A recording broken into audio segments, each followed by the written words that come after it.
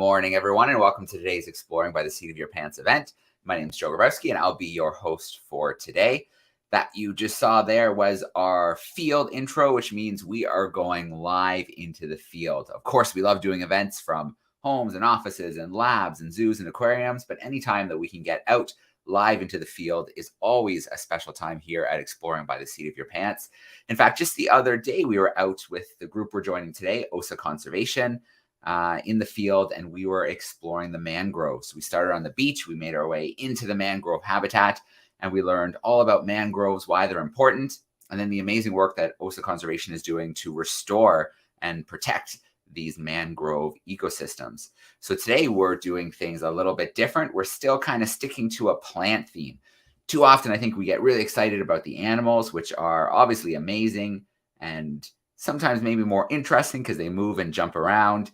But the plants, the fauna is so important in all ecosystems. Without the plants, we don't have those animals that we love to see and watch.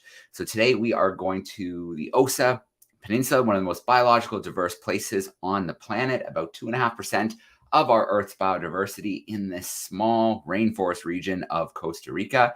And they just built a beautiful new canopy tower that takes you high up into the rainforest. Canopy, an area that is really underexplored. There are so many new species waiting to be discovered high up in the rainforest canopy. And we're going to have a chance to climb up into that canopy today with two incredible team members from Osa Conservation. We've got Maria Jose joining us today, and we have Lejo joining us. I'm going to bring them in live with us right now. Here they come.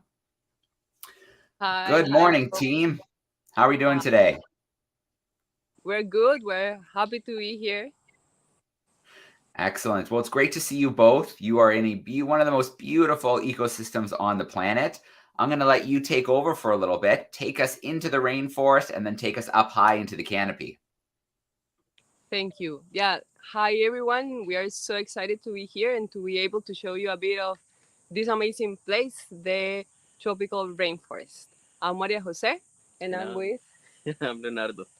And we coordinate a botanical program working in conservation with the grassroots nonprofit conservation organization called Osa Conservation that is based at the Osa Peninsula at the very south part of Costa Rica. As Joe said, was one of the most biologically intense regions of the world. We work in restoration and conservation, trying to build climate resilience in latitudinal gradients, also reconnecting the Osa with other big forests of the region.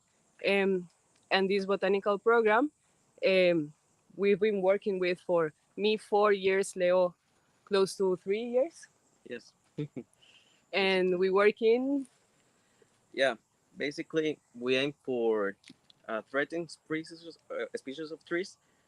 We have 18 target species located here in the Osa Peninsula, and also the highlands of the Southern Pacific that is called Cotourus region. We basically have these expeditions, 1 week expeditions, into very remote locations where we look for these species. We try to map them. Like try to see how the real distribution for this species is. We also try to collect material, have very good quality photos of them. Uh, and basically, as these species are very unknown, every piece of information we can gather is really important. Um, yeah, we try also to monitoring them to see when they have flowers, when they have fruits, so we can um, go in the right season or the right month, and we can collect these fruits and they take them to our tree nurseries and then to our restoration programs. Yeah.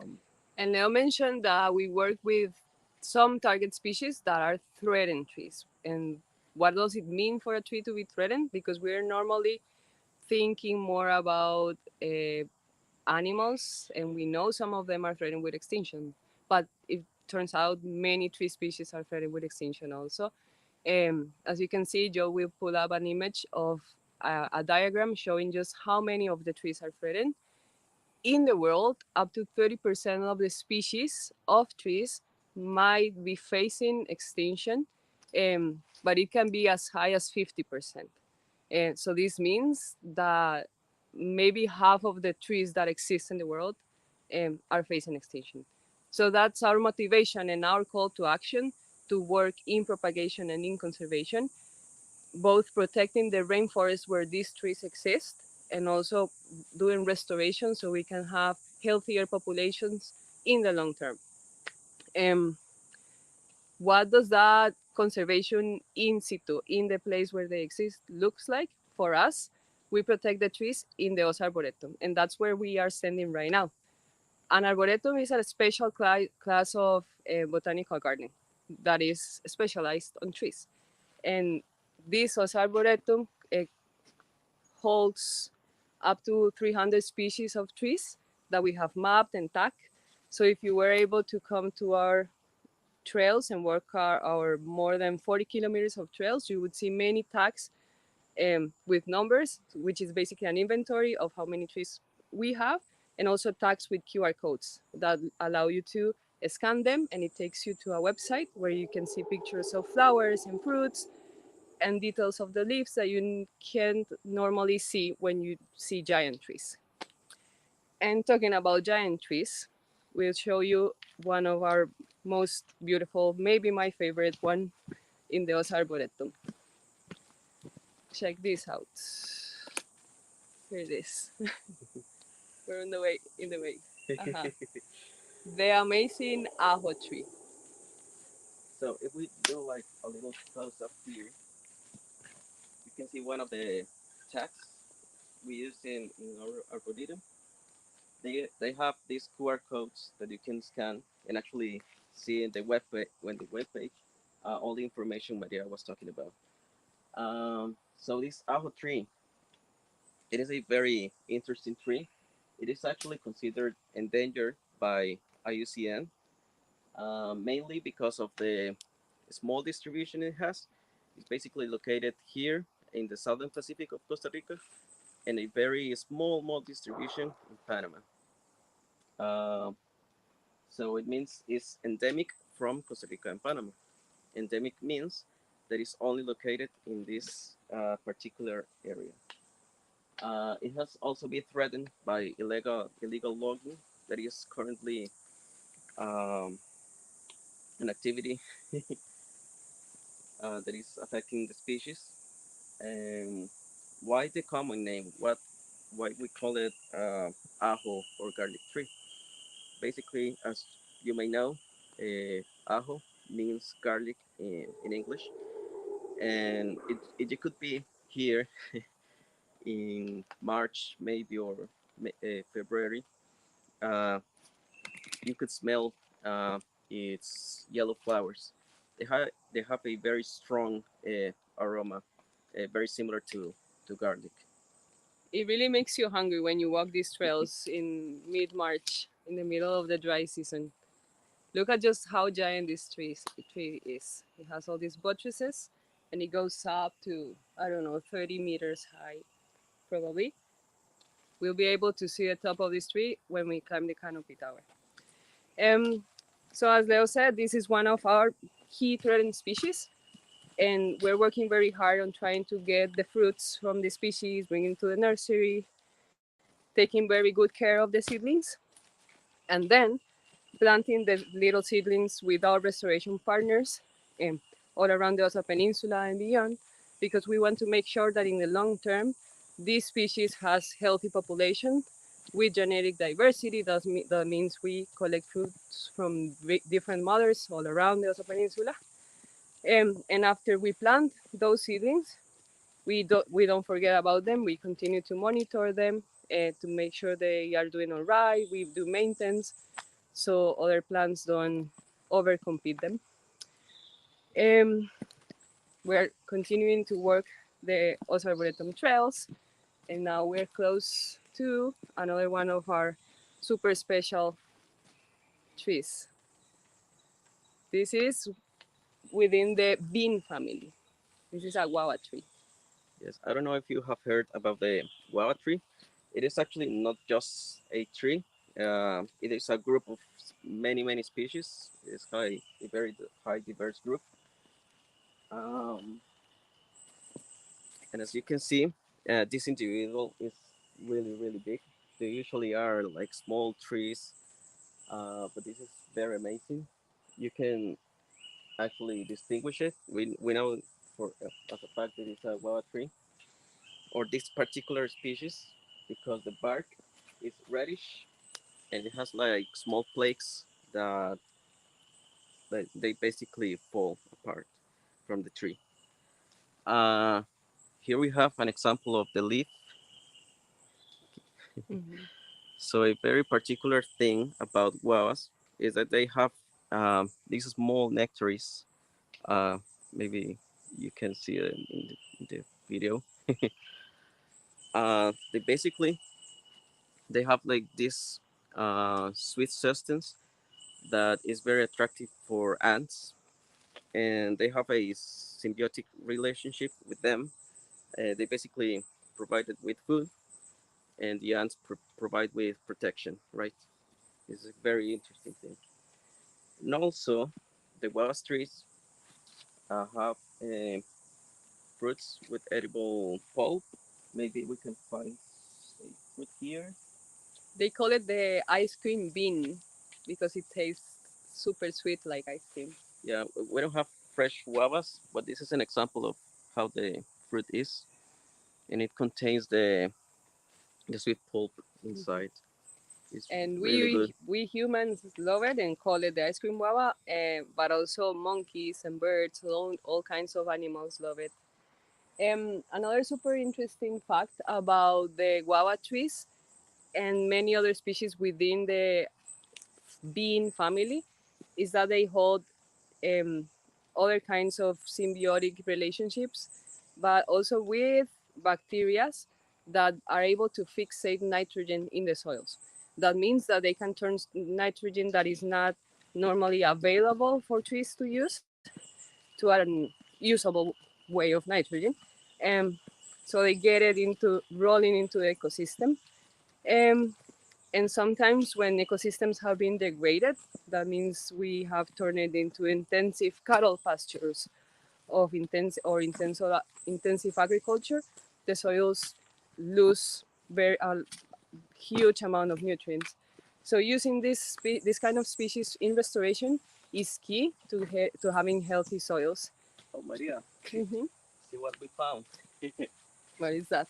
uh, yes, this is definitely a fruit of a sapotillo from the mamey family. So this is actually one of our threatened species that is endemic. Remember what endemic was? It is only found in Costa Rica, in specifically in the Central and South of Pacific. This is a fruit. Now we can collect more fruits after the video and take them to the nursery. That's so lucky that we just found that.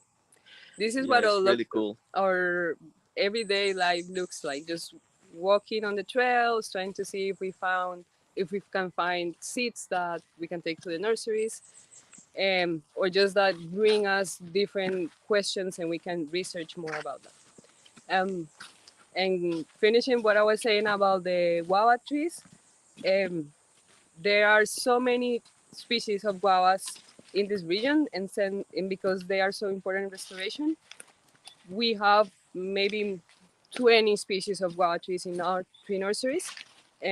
Our tree nurseries can hold, well, the tree nursery here at the Osa Peninsula, more than 40,000 seedlings. It is filled right now with seedlings, waiting this moment, right at the beginning of the rainy season, so we can start planting them, um, and they can thrive on the restoration sites. We are walking now closer to the Canopy Tower, and this is what we're mostly excited to share with you guys, our 30-meter height height Canopy Tower. So we can look at it from the ground. This is what it looks like, pretty high. But just before we enter, we're going to show you another one of our very rare, very threatened tree species. Check this guy out. Also, more than 30 meters high. Yeah, we'll be talking about this species the whole day. So it is a very amazing species. We actually discovered that we have these individuals here like 2 years ago when we were working on the arboretum. Uh, we didn't expect this species here because it has like a very, very unique and scarce distribution. Actually, the scientific name of this species is Stipnoloium sporadicum.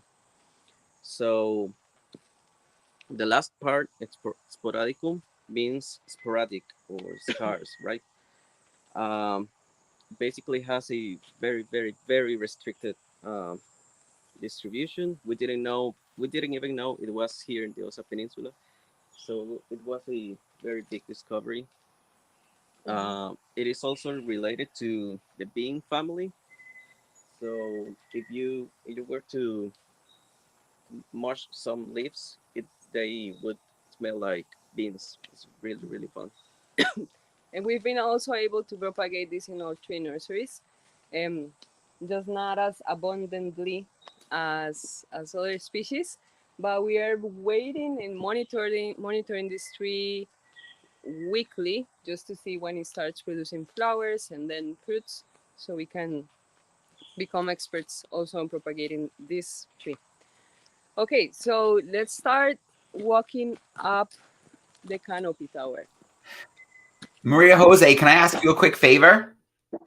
Yes, please. Can we get one more view, just kind of looking up to see the tower? It was a little quick last time, and the camera was a little slow to show us the view upwards. Yeah, for sure. Okay, I'm standing right outside the canopy tower.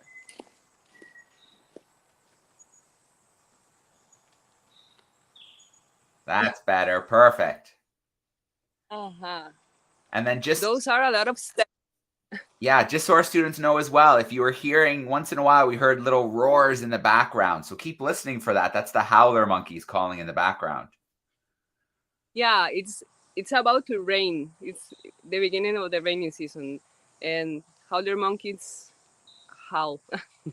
And we might we might see some monkeys and definitely some birds while climbing up the canopy tower. Just quickly, I wanted to show you this.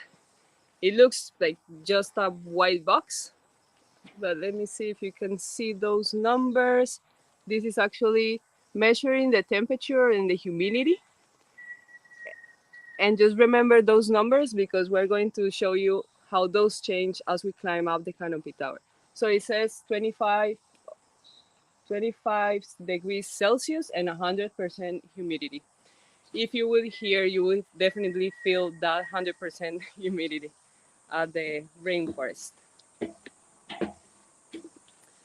So at the forest floor is where you can see, of course, a lot of what is going on. We have the giant trees and the buttresses coming up. We have the small plants, the bushes, and a lot of the wildlife that also lives on the forest floor, such as the tapirs, the jaguars, the peccaries, um, frogs, all kinds of wildlife, right? That changes as we go up, but the forest floor is super important because it's also where the nutrient cycling with the fungi, with the bacteria, with the mycorrhizae is happening. Yeah, and it's also very interesting because plants, trees have unique strategies. So some species of trees you may see here uh, stay like small trees and have all their life in the understory.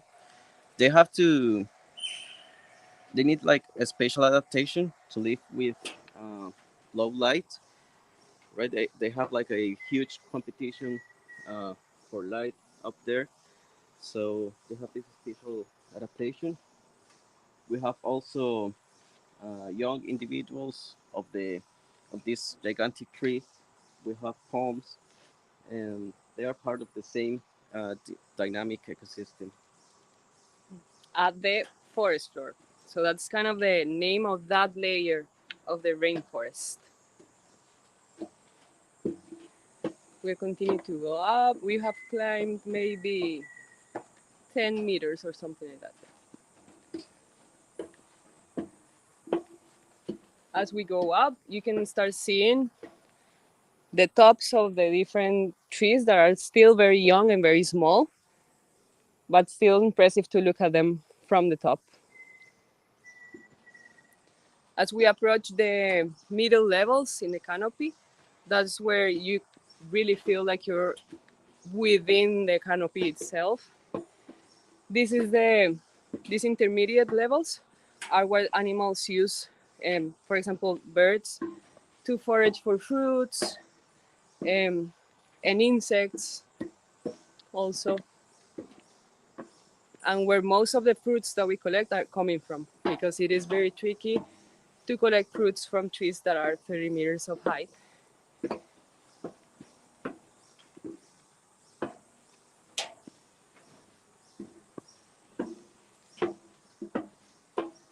We are close to the middle part of the canopy tower. The middle part is 15 meters high, and we have climbed many stairs. So here we have an example of a tree that won't go like as high as the others. This is the normal size of it. Um, it is actually producing some flowers that will be pollinated by mostly birds, by hummingbirds. Um, these plants are very unique. What is this tree, Leo? Um, I don't know the common name, but the scientific name is Montana Donner Smithy. Uh-huh. It's from the milkweed family, I think. This is a very different tree from the ones that we've been talking about. This is actually a common tree, and you shouldn't think common as a not special, because it is super special and very important as you think of the ecology of the forest. Common species are the most abundant, the ones that animals are using more because there's more of it. And trees like this feed so many birds and so many small mammals and insects. Here we have the next station of the weather station. Um, we are right at the middle of the canopy tower, and see how the view, the landscape changes when you are 15 meters high in the canopy. I hope you can hear all the birds that we're listening to at this moment.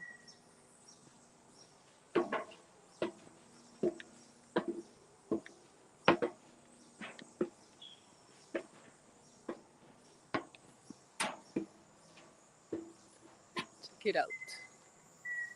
I love walking in the canopy tower, especially at mornings, because that's when you have the most activity from 6 a.m. until, well, all around the day, but until like 10 a.m. You can see the most birds and the most chances of seeing monkeys playing around, jumping between branches, eating flowers, eating fruits. Here's an illustration just in case we don't get to see them today live. Part of the Osa Arboretum is also sharing information on everything that we have learned throughout time here at the campus. Um, and here at the Osa Peninsula, we are so lucky to have 4 species of monkeys living in the canopy, um, and that are more common than in other areas of the world. Maria, come here. Just a little moment. Mm-hmm. So we have here like a little bridge, which is actually leading to the Melovian tree. So we have here other kinds of plants that are really interesting.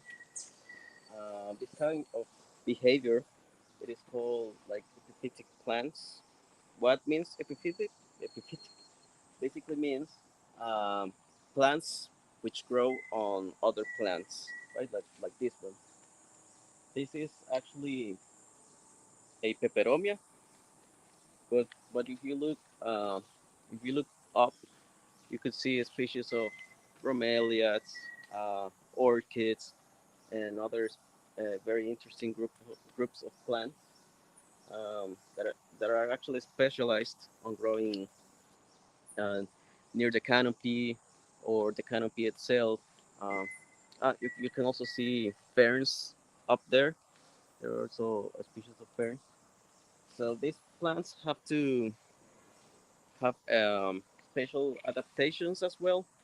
They don't have soil. They don't have as much water or nutrients up here. So they have unique adaptations for that. For example, these have very succulent leaves. Mhm. You can see it. And it has fruits that are eaten by, well, this family in general, fruits that are eaten by bats commonly. They're so sticky. And Leo, tell us, because you're quite the orchid expert, tell us a bit more about orchids and your interesting findings. Yeah, I actually love orchids, right? So we always, in our expeditions or at our field work, we take orchids to a botanical garden. Maybe you have heard about Lancaster Botanical Garden, which is located in Cartago. So in one of our expeditions, we found this very unique and small new species of orchid, as you can see in the screen. It has very small flowers, um, and basically, there you go. It's very, very interesting and pretty. Uh, so these orchids are very rare to find, not only because they are also endemic in most of the cases, but they grow up in the canopy and are very small and very hard to spot and collect. So it is like a miracle to find them. We are like very uh, proud of this um, new orchid that we as a botanic team discovered. Um, Mhm. So you basically have to climb up a tree or find a fallen branch on the mhm. ground. This one we found it in a fallen branch actually. So canopy ecology is a little bit about having that sort of luck. We can continue to climb up. We only have a few more levels to go up into the canopy.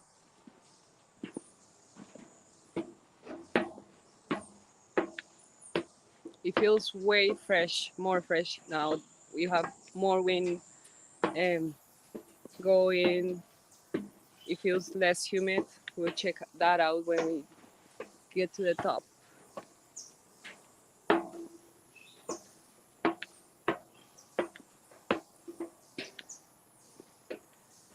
See, at this point, at maybe 20 meters high, you can see most of the trees from the top, and that's very unique. You don't easily see that. A lot of the times we climb trees to collect the fruits, to look for orchids also, but most of the time to collect fruits. We have to get there before the monkeys do in some of the cases because um, we need to collect them just in the right stage of ripeness and to be able to propagate them.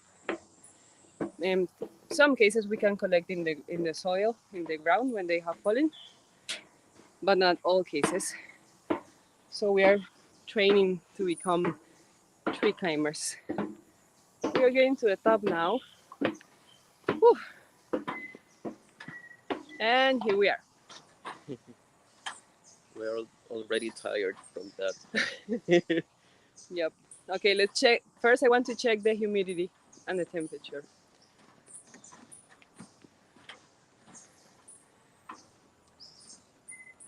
See, a little difference. And what I feel the most at this hour of the day is the difference in the humidity. So it was 100% down at the forest floor and 97 right here. This happens all the time. There's some difference between the forest floor and the forest canopy. If you were to come here at midday, it would be so much hotter at the forest canopy.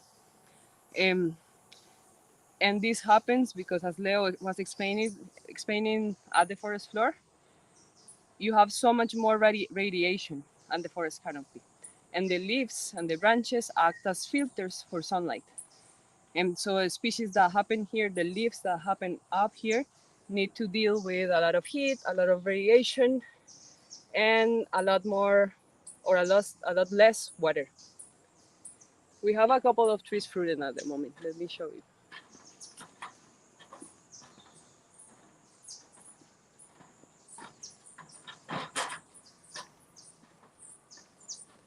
I think you can see the pink flowers. Yeah.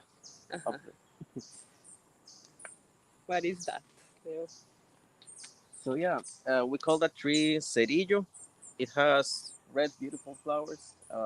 This moment, um, we don't have like anything right now, but they are consumed by tons, tons of animals. We also have this virola that also has fruits. Uh, Usually, you can say like big birds, like toucans and other kind of birds. Um, We saw Feeding on spider that. monkeys just yesterday Monkeys. at those branches, jumping from the virola tree to the cerillo tree and eating the flowers. Monkeys, these monkeys that can be found here, are they part of their diet. A very important part is flowers and fruits and leaves also. Other interesting thing here, uh, you may think that these leaves and these branches are all from the Stithnolobium, the endangered species of tree, but they are actually not. This is a strangler tree. Um, basically, the strategy here is that it grows. It takes advantage of the big canopy tree to just uh, grow without having to produce this massive trunk. It just grows on the tree and then branches until it has enough sunlight. And if you can be a little closer, you can see the fruits already growing, and these are also eaten by great quantity of animals and birds. But yeah, basically this tree takes advantage of the big tree. It doesn't do a lot of harm, but it does compete with sunlight. That is very important for the tree itself. And if you look up, you can see the real leaves of the Stithnolobium sporadicum. So it doesn't really, it's not a parasitic plant in the sense that it just using it for space, but eventually, after probably decades, it will outgrow the Stithnolobium tree, and the Stithnolobium tree will start dying out, and that's just part of the processes, the natural processes of the rainforest. We are seeing maybe 3 to 4 species of birds at the moment, but very tiny birds. But you can probably hear them, right? And I just wanted to show you the view without me standing here. Check that out.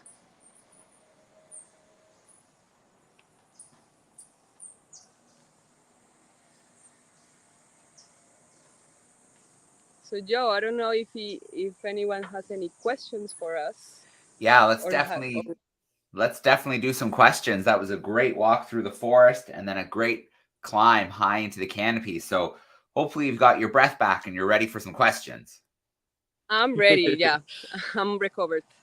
Excellent. We're going to start with Miss Fisher's group. They're hanging out with us in Michigan. Let me bring them in front and center and let's see if they have some questions for us.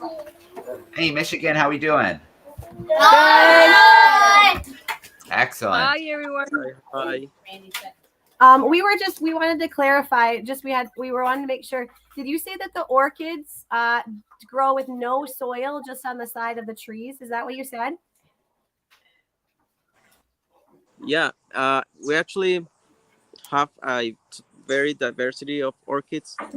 We have many behaviors, but most of the orchids grow as epiphytes, so they grow on tree branches or tree trunks, and a small portion of them they do grow on soil, but the most common strategy is to grow on trees without soil.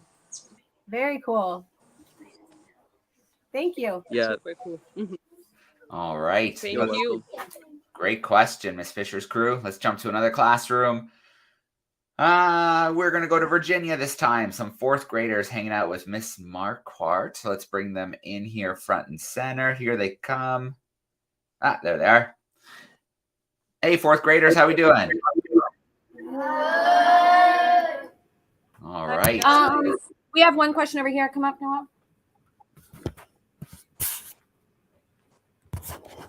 Do you ever see any animals on the tower? I was here just yesterday and I saw a bunch of spider monkeys jumping in the branches, and then we always see so many species of birds. Thank you. Yeah, no problem. I wish we had the spider monkeys today to show you guys. All right. Well, we're going to come back to our class in Virginia. Oh, no, someone's coming up quickly right now. No, come on back. Question. What kind of birds do you find on the tower? All kinds of birds. I've seen a toucan so close to me that I was like a bit scared, to be honest, because they're so big.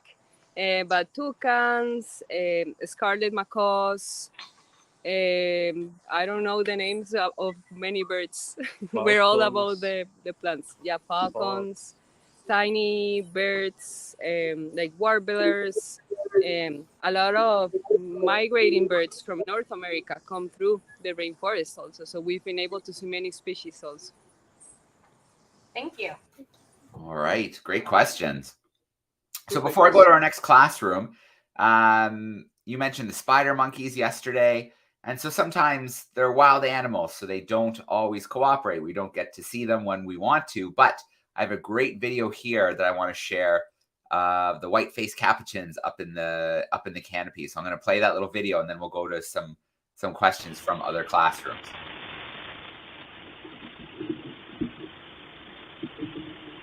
Here we go. You can see a couple of them scratching, hanging out in the tree. Then it kind of turns into a big monkey pile up here in a couple of seconds. So, Maria Jose, was this with a camera trap? That's exactly, that's a camera trap that we put on one of our rarest trees. It's so rare that it doesn't even have a common name. It's called Pleodendron costarricense. There's only like less than 10 individuals of that species in the world.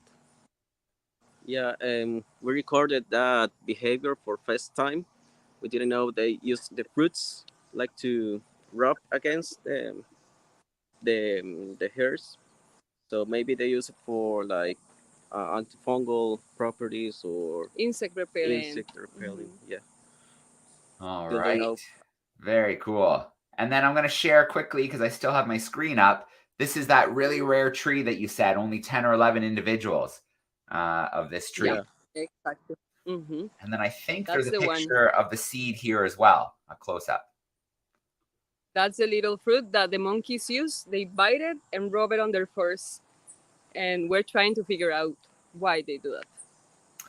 All right. Let's jump to another classroom here now. We have a couple classrooms here hanging out together. Looks like they're in Virginia as well. Let's get them in here front and center. We have Mrs. Moore's crew and Mrs. Lascombe's crew hanging out together. Hi. Hey, boys and girls. Hello, my name is Eva Galati. I want to ask a question here. So, how many levels are there on the tower? Levels. We have so many steps, but we in general have 3 levels. The forest floor where we entered, and then the middle, which is at around 15 meters, and then the top, which is at 30 meters high, where we are standing right now. Thank you. Yeah, thank you for your question. Do you eat the berries and fruit that you find? No, that's a great question. We normally don't because they're not edible for humans, but they are edible for birds and monkeys. In some cases, they are, but we try not to eat them because we want to propagate them for animals to eat them. Okay. All right, we're going to come back your way in a Just when they're moment especially delicious. if you have a couple questions. One event that we've done with you guys in the past is we visited the organic farm where you do grow some great stuff for people to eat. But what we're looking at today, those are the really important seeds from those threatened trees. And you guys have the tree nursery as well. You guys have so many projects going on at Osa Conservation. Yeah. So many, from marine conservation, mangroves, to wildlife and movement ecology. We try to have a very holistic approach to conservation because everything is related in the rainforest. Absolutely. Mrs. Ball's biology class is hanging out with us today. They are in Canada and Ontario. How are we doing today? We're good, thanks. Go ahead, Gideon. I have a question. Yeah, you can go. Okay. What do Go ahead. you think is the most interesting or different new species you've found exploring the canopy? That's a question for you, Leo, for sure. The most interesting. Such a good question. Yeah, such a good question. Yeah, probably is the orchid we just showed you. That orchid, we didn't even know it was a new species when we collected. We basically cultivated at the botanical garden, and it was such a coincidence because the researchers at the botanical garden already published an article uh, about the whole genera in Costa Rica. So basically, we came with the plant, and it was like a new plant just after they published all the species that were in Costa Rica. So they were like, oh man, We just missed that one. uh-huh. Just out of time. Actually, the article was called that, like, just out of time. If That you group of species is called miniature orchids. That's how they're called. They're miniature orchids. if you had to guess, which I know is impossible because it's such an underexplored ecosystem, if you had to guess how many plants, animals, insects are waiting to be discovered in the canopy, what would your guess be? That's a tricky question, Joe. No way. But many, like really, really many, because every time anyone is looking for new things, they find it. Especially in groups like very small orchids, ferns, insects, groups that are understudied. And really, even species of giant trees are being discovered in the rainforest. Just a couple of years, a new species was described, and we have individuals of that here in the campus where botanists are usually spending time. So imagine the places that are very understudied. Yeah. And this is really an opportunity that we have going in remote locations, because in these locations, no many botanists or many researchers have been. So it's a great opportunity, and we are so lucky to have this. Yeah, and I think, let me just pull up another picture here. I think I have an image here of some past expeditions and some future expeditions that you have coming up to different parts around the Osa Peninsula, which you can see down here at the bottom, and Yeah, then thank you. other places. We choose those locations because we know some of our target species are around the area, but also because we know those areas have not been surveyed by scientists or like botanists, at least in a long time. Okay. Our biology class, do we have another question? What's that? Go ahead. Go ahead. They're waiting. Another question from me again. Sure.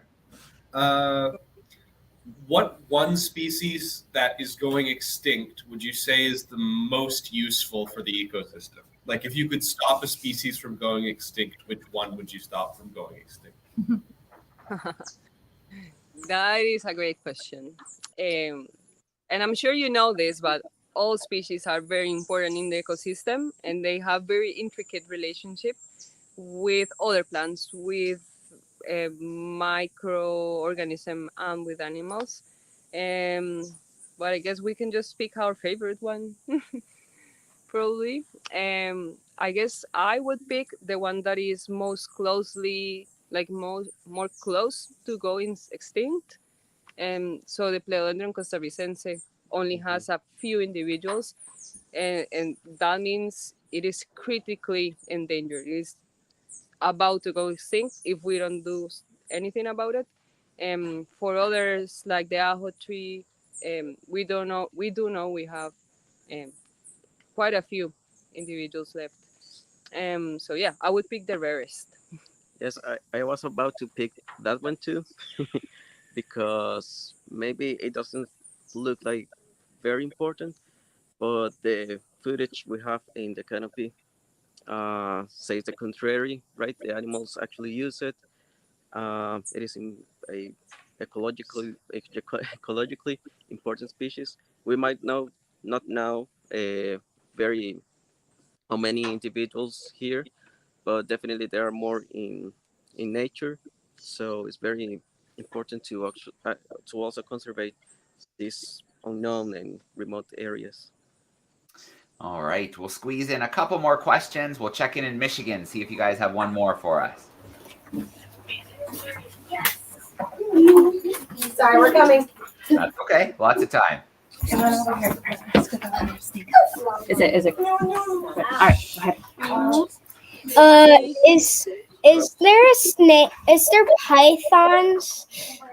And if you say yes, yeah. If do you guys have pythons?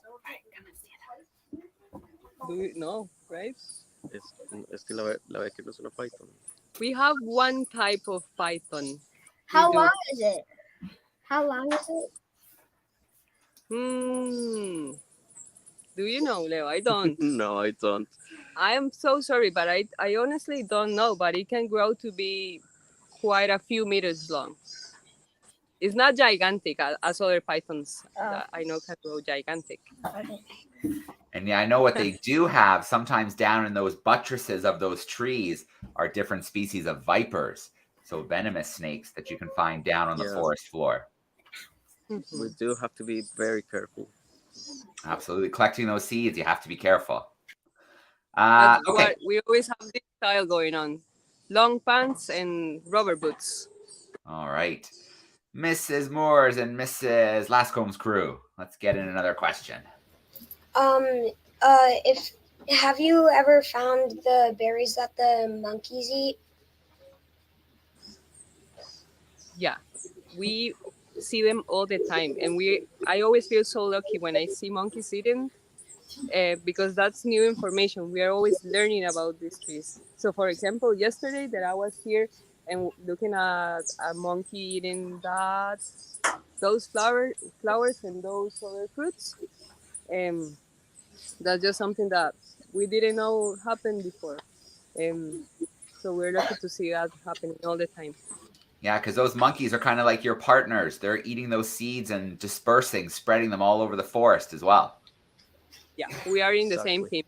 Same team. Very cool. Do you see jaguars and other big cats? Yeah, that's a good question. I wish we saw them more frequently. I have only seen ocelots one ocelot and one, how is it called? The very small one? Market. The margay. And only once each of them. We have seen jaguars with our camera traps, though. All right, very cool. So those big cats, they're threatened and they're also very, very elusive. If they hear people coming, they're gone a long time, usually before the people come around. Okay, Mrs. Marquardt's group, do you have another question here for us? Looks like maybe a couple. Do only monkeys climb on the tower?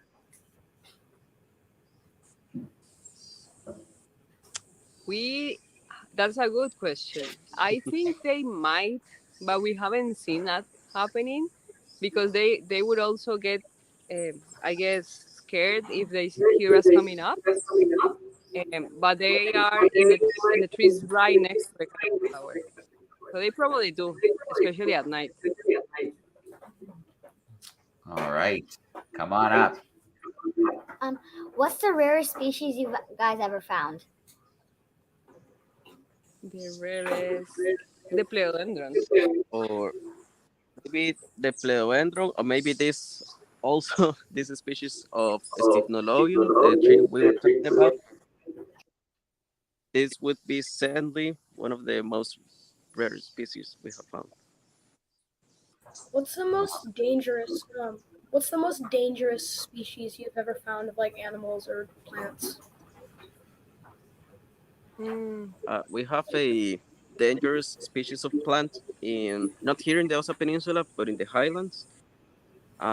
Basically, if you touch the sap or some people say any part of the plant, it is very, very allergic. So some people have to go to the hospital after touching this sap because it's very, very allergic.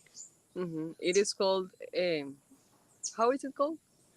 But the scientific name is toxicodendron. Yeah. So that means toxic tree. Yeah. All right. Well, I want to start off with a few things here before we wrap up. I want to share the link to osaconservation.org. So the last couple of days, we have visited the mangroves. We've been high up in the canopy. So we looked at some of the projects going on with plants, the flora of the rainforest. There's other amazing projects you can check out there, like the sea turtle project, like the camera traps that they put up in the canopies or on the trails. You guys even listen to the rainforest too with audio equipment, so you can hear who is there. There's the tree nursery. There is the organic farm. There are so many amazing projects going on at Osa Conservation that you do need to take a minute and check out afterwards. I want to give a huge shout out to our classrooms, our groups who join us on YouTube, and then our camera classrooms. We still have some camera classrooms backstage, so let's bring them in for a nice, maybe a big thank you to our amazing team, Lejo and Maria Jose, joining us today live from Conservation. And a shout out to Soleil, who helped us set up this live event. My class, sit down. There we are. There's our crew. And then thank you, guys. Thank you. Yeah, Maria Jose and Lejo, it's so great to have you joining us. Thank you for sharing the work that you're doing with us. And I'm sure you're going to get down from the canopy and into the rainforest looking for some more of those seeds and fruits. Yeah, definitely. We are going straight down to look for those rare seeds. And we wanted to thank you, Joe, and everyone who was listening. It was so fun. And we're always looking forward for opportunities to share what we do. Yeah, thank you so much for your time and your amazing questions. Awesome. Thank you so much for sharing this amazing part of the world with us. And we hope you have a great rest of the week. We can't wait for our next trip down to Osa Conservation. Thanks so much, everyone. We're going to sign off for today. Bye. Bye. Thank you.